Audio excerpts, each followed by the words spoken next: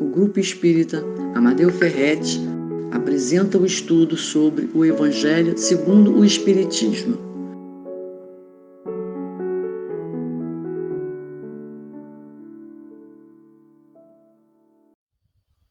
Bem, meus amigos, iniciando nossos estudos, capítulo 27, item 22, pedi e obtereis a instrução dos Espíritos, maneira de orar. O dever primordial de toda criatura humana, o primeiro ato deve assinalar a sua volta à vida ativa de cada dia, é a prece. Quase todos vós orais, mas quão poucos são aqueles que sabem orar. Que importa ao Senhor as frases que maquinalmente articulais umas às outras, fazendo disso um hábito, um dever que cumpris, que vos pesa como qualquer dever. Então, no primeiro parágrafo, a gente dividiu em tópicos para que fosse mais didático. No primeiro tópico desse item, é muito tranquilo a intenção do Espírito em trazer para a gente o que a gente necessita fazer. Quando nós vamos orar e nossas palavras simplesmente são da boca para fora, não tem necessidade, era melhor não fazer nada. Então, as pessoas fazem todos os dias aquelas orações e reclamam porque a vida não melhora, porque ela se encontra naquele estágio de ingratidão, sente aquela melancolia. Então, por que as pessoas não sabem orar direito? Então, não importa a Cristo, ao Senhor, aos bons espíritos, palavras vãs, que não têm nenhum sentimento. Então, a prece não é um dever. A prece, ela deve ser um hábito de louvor e agradecimento a Deus. A prece do cristão espírita, seja qual for o seu culto, deve ele dizê-la logo que o espírito haja retomado o jugo da carne. Então, quando retomamos o nosso corpo, nós primeiramente devemos agradecer a oportunidade de estarmos ali encarnados, porque na carne que conseguimos colocar tudo que aprendemos na erraticidade em prova, porque necessitamos ainda do choque da carne para que possamos saber se aprendemos e se assimilamos esse aprendizado ou não. Deve elevar-se aos pés da majestade divina com humildade e com profundeza, num ímpeto de força e perseverança. Então, Pedro, mas por que você diz isso, que nós devemos agradecer por estar encarnados? Quantos espíritos desejam ter esse contato com a carne? Dentro da erraticidade, o espírito ele não tem necessidades básicas como os encarnados têm. A exemplo de comer, pagar contas, dormir, tem necessidades de se locomover. O mundo material ele é muito complexo. E esse mundo material, por sua complexidade, ele gera uma prova real da evolução do espírito. Vou dar um exemplo. O espírito ele tem desvios em relação a roubo, a crimes patrimoniais. E aquele espírito passa um tempo em uma colônia espiritual, aprende, se desenvolve, mas ele não consegue colocar em prova porque naquela colônia espiritual ele não passa dificuldades após o momento que ele consegue se controlar. Ele vai perdendo os hábitos humanos. Ele para de sentir fome, ele para de sentir sono. Então, ele não consegue saber se ele realmente conseguiu superar aquele vício, aquela má tendência. Ocorre que quando ele reencarna numa família pobre e ele tem dificuldade com recursos para subsistência.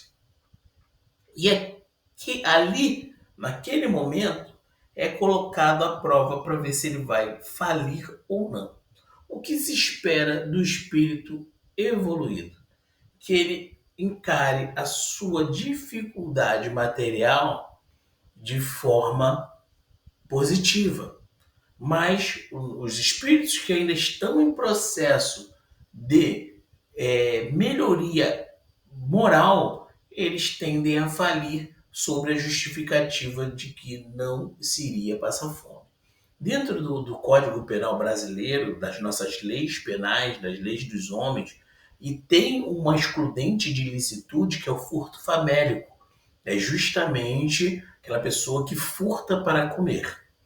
Mas a prece, ela é feita de forma errada. As pessoas, elas pedem, voltando a esse exemplo do material, elas pedem para ter as coisas. Elas pedem, eu quero comida, eu quero dinheiro, eu quero fama, eu quero que meu marido me perdoe, eu quero que minha esposa me compreenda, mas só que a prece, ela deve ser direcionada a pedir força para nós suportarmos os desígnios de Deus.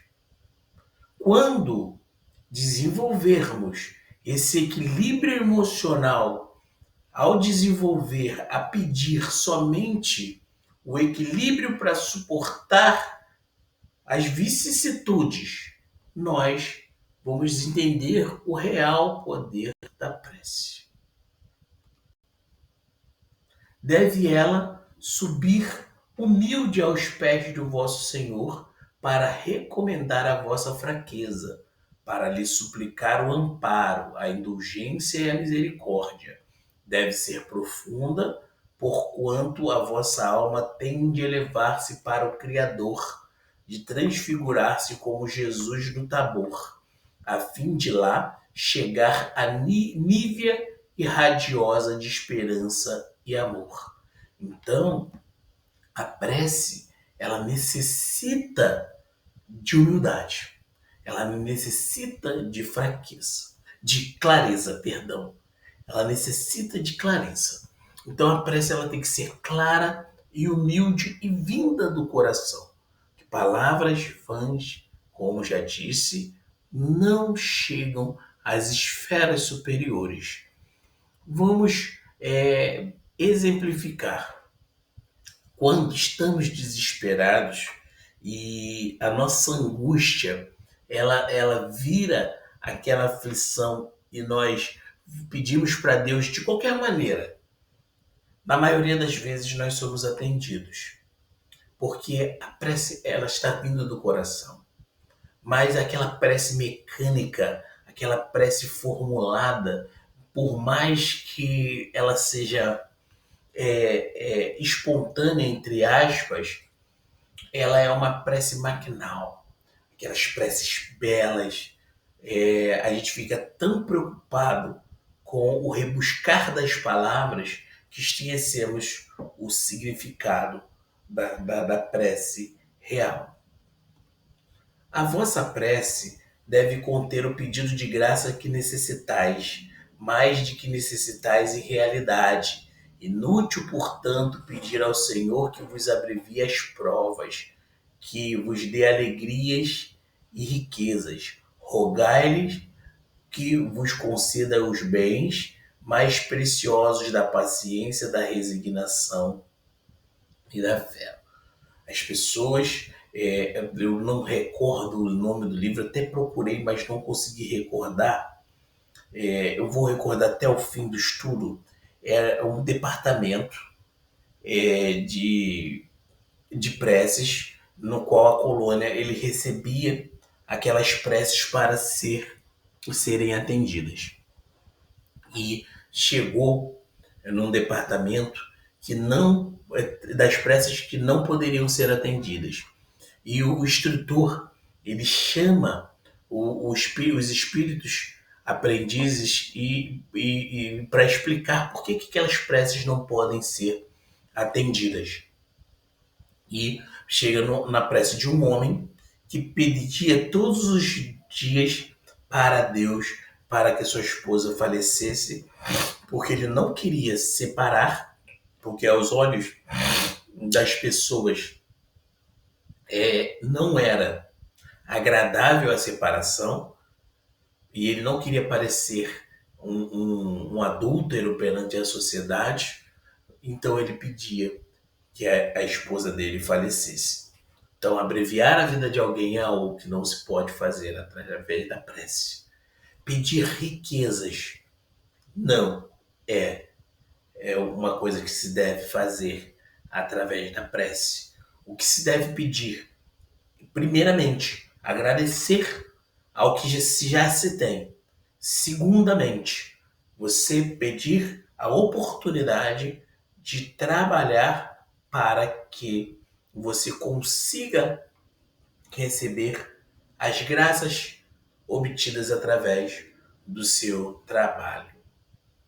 Então, porque nós temos uma programação, então é muito difícil uma pessoa que nasce numa família pobre, ela ascender socialmente, né? Não que seja uma sociedade estamentária, mas poucos casos, vemos que são poucos casos, porque temos uma prova, uma dívida a resgatar. Então, muitas das vezes, aquelas condições elas são ajustadas pela espiritualidade, porque o trabalhador ele precisa daquela situação, daquele alimento ou daquela melhoria de condição para poder ajudar na obra. Dá exemplo de um irmão que ele tinha que passar pela prova da pobreza, mas só que ele conseguiu, se engajou num trabalho social e que ele precisava daquele recurso para ajudar as pessoas.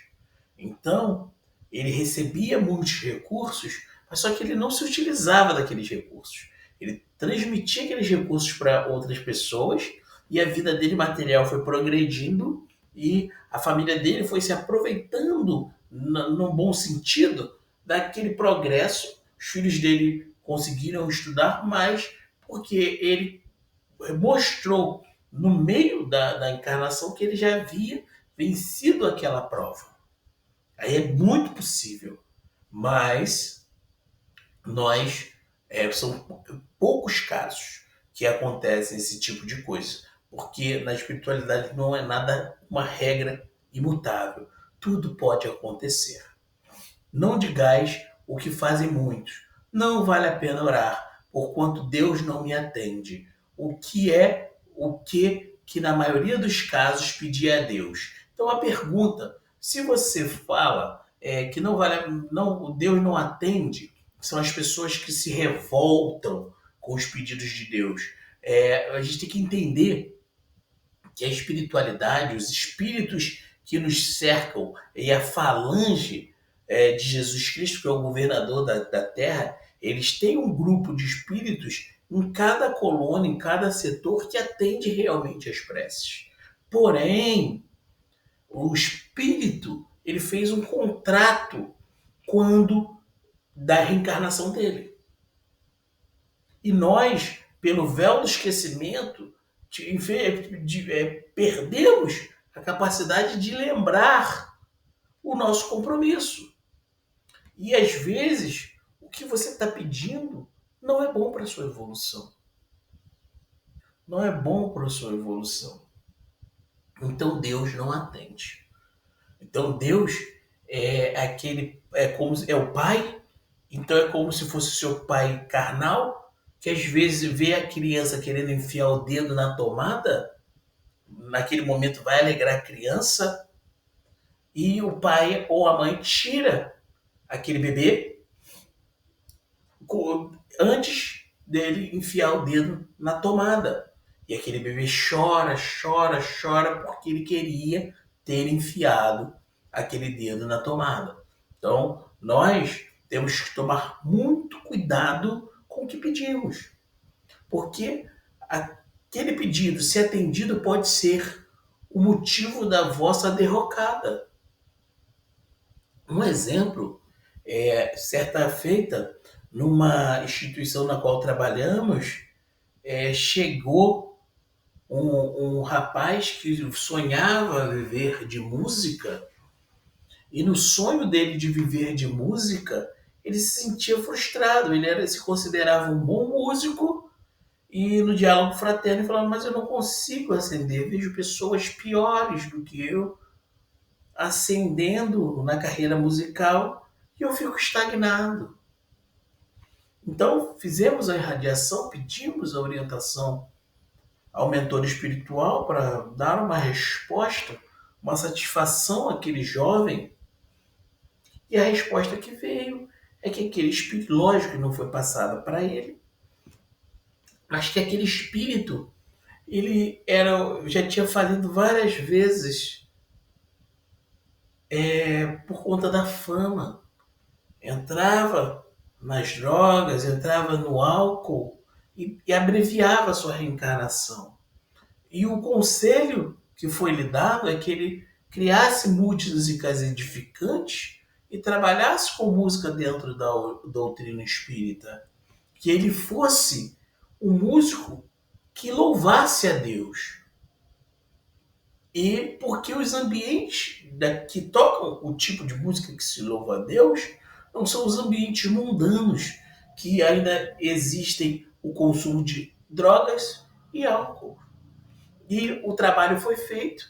Lógico que não passamos o detalhe, a orientação do espírito diretamente para ele, porque senão seria uma espécie de trapaça. Fizemos as preces, fizemos a recomendação da música edificante, e aquele jovem começou a trabalhar com músicas espíritas, e hoje ele compõe belíssimas obras que já estão sendo divulgadas dentro da doutrina espírita, e ele já está começando a fazer ser notado como ele queria. Então, às vezes, precisamos olhar por outro ângulo, por outra conotação, para que possamos realmente aproveitar, fazer a nossa prece de maneira melhor, mais assertiva. Porque às vezes fazemos a nossa prece, e se formos pedir e termos tudo que queremos, vamos acabar falindo no nosso desejo, tá? O que preferentemente vos lembrais de pedir é o bom êxito para os vossos empreendimentos terrenos. Haveis com frequência exclamado: Deus não se ocupa conosco. Se ocupasse, não se verificaria tantas injustiças. A gente, só através do estudo, a gente se liberta dessas mentalidades, né? Dessa maneira de pensar, uma maneira de pensar fixa, uma maneira de pensar equivocada. Porque a maioria das pessoas que não se conformam com os desígnios de Deus não compreendem o plano reencarnatório. Certa vez, uma das coisas que mais me tocou como estudante da doutrina espírita foi uma entrevista de Chico, na qual ele fala sobre duas Marias, que aquelas duas Marias, mãe e filha, elas viviam de maneira paupérrima e viviam num barraco e passavam dificuldades enormes de ordem material, faltando ali até o que comer. E um empresário amigo de Chico queria tirar elas daquela condição. E Chico falou: não, você vai dar o alimento para elas subsistirem pelo dia de hoje. Mas esses espíritos, eles tinham o compromisso de passar por aquela provação. Elas já estão perto do desencarne, uma após a outra, tendo vencido a prova, a expiação da pobreza. Então, nós, lógico que temos que analisar caso a caso, não pode ser justificativo para não sermos caridosos, mas temos que entender que os desígnios reencarnatórios, eles são muito mais complexos do que imaginamos. Então não podemos tirar conclusões precipitadas. E a gente criticar, falar mal de Deus é a mesma coisa do que aquela criança que não ganha o brinquedo na loja de brinquedo, cai e rola pelo chão, fazendo birra. Pedi, pois, antes de tudo que vos possais melhorais e vereis de consolações se derramarás sobre vós. Deveis orar incessantemente, sem que para isso se faça mister. Pedi, pois, antes de tudo que vós possais melhorais, e verás que a torrente de graças sobre as constelações se derramará sobre vós. Então, o que devemos pedir? Devemos pedir equilíbrio emocional. O equilíbrio emocional, ele faz parte da vida de qualquer pessoa encarnada, de qualquer credo religioso, porque nós somos testados a todos os dias, no trânsito, no trabalho, na própria família. Quando não temos o equilíbrio emocional para encarar a contrariedade, a prova que nos foi dada, a missão que nos foi dada, nós perdemos as estribeiras da nossa reencarnação. Vi muitos médiuns abandonarem a doutrina espírita porque perderam pessoas importantes no Covid. Então, nós só somos espíritas quando as coisas fluem para a gente. Ou temos que compreender os desígnios de Deus. Ou temos que compreender a vontade e o acordo que nós mesmos fizemos.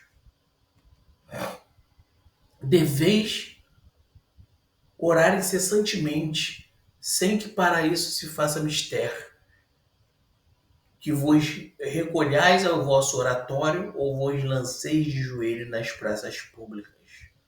A prece do dia é o cumprimento dos vossos deveres, sem exceção de nenhum, qualquer que seja a natureza deles. Então, a prece, ela não precisa de público. A prece, ela não precisa de uma situação especial, um movimento especial.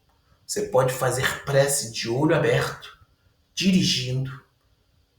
Por exemplo, os homens que são bravos no trânsito, quando o irmão lhe ultrapassa e lhe fecha, se ele nas mãos do volante, você pode chegar e falar que Deus abençoe esse irmão para que ele possa chegar em segurança e me dê um equilíbrio para perdoá-lo, em vez de amaldiçoá-lo, que eu possa abençoá-lo. Isso é uma prece, no qual você, quase saindo do caminho, porque aquele irmão errou com você, mas você está disposto a modificar-se e a perdoá-lo. Vocês acham que essa prece não será atendida? Essa prece será muito bem atendida. A prece é o cumprimento dos nossos deveres. ajudar a um necessitado, ensinar uma criança, cumprir seus deveres no centro espírita, fazer sua obrigação como pai, como mãe, compreender o irmão problemático, o filho problemático e olhar com uma visão transcendental, uma visão além da matéria, além da encarnação. Neste ato de amor, Deus assistirdes os vossos irmãos numa necessidade moral e física, não é ato de reconhecimento elevardes a ele o vosso pensamento, quando uma felicidade vos advém, quando evitais uns acidentes, quando mesmo uma simples contrariedade apenas vos roça a alma desde que vos esqueçais de exclamar: Sede bendito, meu Pai. Não é o ato de contradição o vos humilhardes diante o Supremo Juiz, quando sentis que falistes, e ainda que somente por pensamento fugaz, para lhe dizer-lhes: perdoai-lhe, meu Deus, pois pequei. Por orgulho, egoísmo, falta de caridade, dai-me forças para não falir de novo e coragem para a reparação da minha falta. Olha só, nós somos espíritos errantes e devemos pedir perdão sempre que falhamos, pedir para repararmos os nossos erros. Se esses erros forem irreparáveis ou as consequências da reparação forem muito graves, pedimos a Deus uma alternativa para reparar esses erros de maneira mais eficiente e menos dolorosa. Então, podemos sim falir e recomeçar. A vantagem de ser espírita, de nos entendermos quando conhecemos a nós mesmos, é essa, de podermos recomeçar. Mas para recomeçarmos, temos que nos perdoarmos. E para nos perdoarmos, temos que pedir auxílio a Deus, porque o nosso eu, ele perde esse significado e acabamos entrando em conflito. E por isso que são geradas as doenças psicológicas e psicossomáticas. Independente das preces regulares da manhã e da noite, dos dias consagrados, como verde, a prece pode ser de todos os instantes, sem nenhuma interrupção, acarretar os vossos trabalhos. Dita assim ela ao contrário e santifica. Tende como certo de que um só desses pensamentos partir do coração, mas é ouvido pelo nosso Pai Celestial, que vos alonga as orações ditas por hábito, muitas das vezes sem causa determinante, e as quais apenas maquinalmente vos chamas na hora convencional. Então a prece, ela deve ser feita a todo momento. No momento de angústia, no momento de louvação. Devemos louvar a Deus pelas coisas que recebemos, agradecermos. E para finalizar, vamos fazer a nossa prece de encerramento com Jesus Cristo.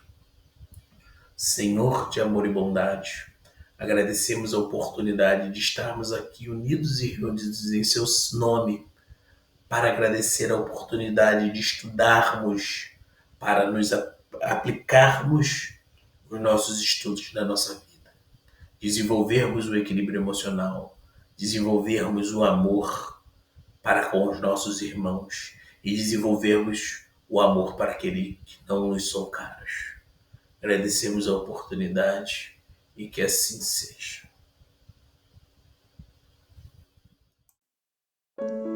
Convidamos a todos para assistirem à nossa próxima palestra. Aguardamos vocês!